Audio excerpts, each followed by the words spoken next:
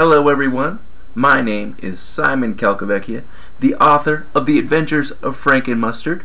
Today I want to answer one of your questions. I've been hearing this a lot, and I thought, wow, the kids on my YouTube channel need to know this answer. I've been getting asked about why does Frank use a wheelchair? And why doesn't he have any back legs?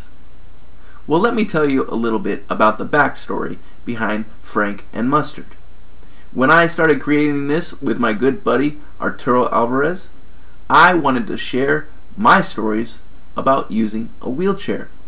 One of the first stories I thought of was about when I got stuck in the mud in my wheelchair and needed help to get out. When we started creating this story, I needed some characters.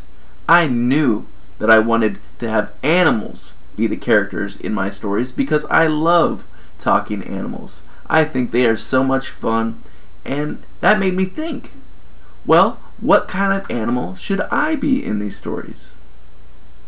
I immediately thought of a wiener dog because wiener dogs most commonly use a wheelchair in the real world.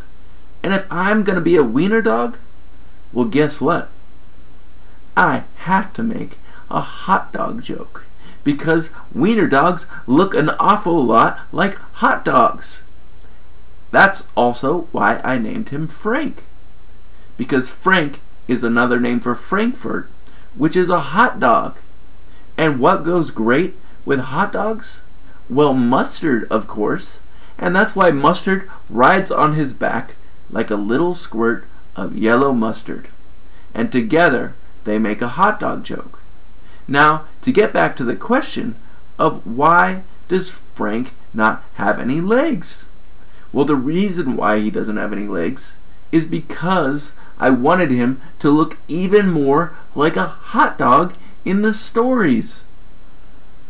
That's why I created Frank just the way he is and his best buddy Mustard. So, I hope that answered your question.